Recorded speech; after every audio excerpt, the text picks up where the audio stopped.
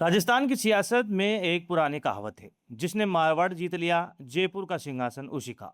इन दिनों मारवाड़ की इसी तपती रेत पर अचानक कांग्रेस के तमाम दिग्गजों ने अपना डेरा डाल दिया है। एक तरफ बीसीसी चीफ गोविंद सिंह डोटासरा और टीकाराम जूली गांव-गांव की धूल फांक रहे हैं, तो दूसरी तरफ जादूगर अशोक गहलोत दिल्ली दरबार से अपनी बिसात बिछा रहे हैं।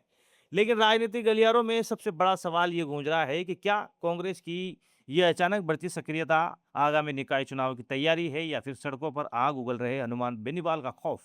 क्या बेनीवाल मुख्य विपक्ष की कुर्सी कांग्रेस से छीनने वाले हैं? आइए समझते हैं मारवाड़ के इस सियासी चक्रव्यूह और कांग्रेस के बेनीवाल डर का पूरा सच, सिर्फ 3 बड़े इनसाइड पॉइंट्स में। पहला पॉइंट है मारवाड़ की 42 सीटों का गणित और दिग्गजों का शक्ति प्रदर्शन। सबसे पहले मारवाड़ के गणित को समझिए। राजस्थान विधानसभा की 200 सीटों में से 42 सीटें यानी 21% हिस्सा अकेले मारवाड़ से आता है। रिफाइनरी में आगजनी के बाद जैसे ही मुद्दा गर्म हुआ, कांग्रेस ने टॉप चेहरों को मैदान में उतार दिया। नेता प्रतिपक्ष टीकाराम जूली ने पाली सिरोही में सरकार पर तीखे बाण छोड़े। उनके निकलते ही डोटासरा बाड़मेर जैसलमेर पहुंच गए।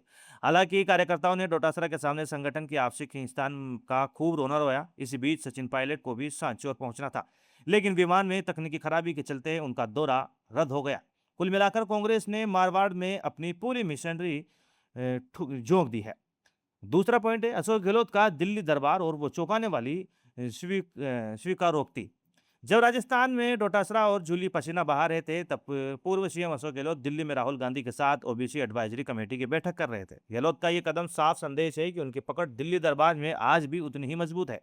लेकिन इसी बीच गहलोत ने एक बड़ा और चौंकाने वाला बयान दिया। उन्होंने खुलेआम माना कि कांग्रेस मेवाड़ में कमजोर हुई है। सियासत में जब कोई दिग्गज अपनी कमी खुद स्वीकार कर ले, तो समझ जाइए कि पर्दे के पीछे कोई बहुत बड़ी रणनीति पक रही है।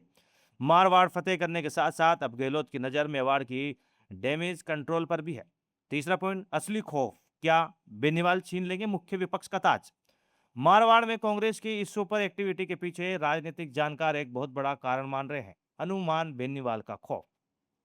दरअसल बेनीवाल जिस तरह से हर छोटे बड़े मुद्दे पर सरकार को घेर रहे हैं और मारवाड़ की सड़कों पर लगातार एक्टिव है, उससे कांग्रेस खेमे में इनसिक्योरिटी बढ़ गई है।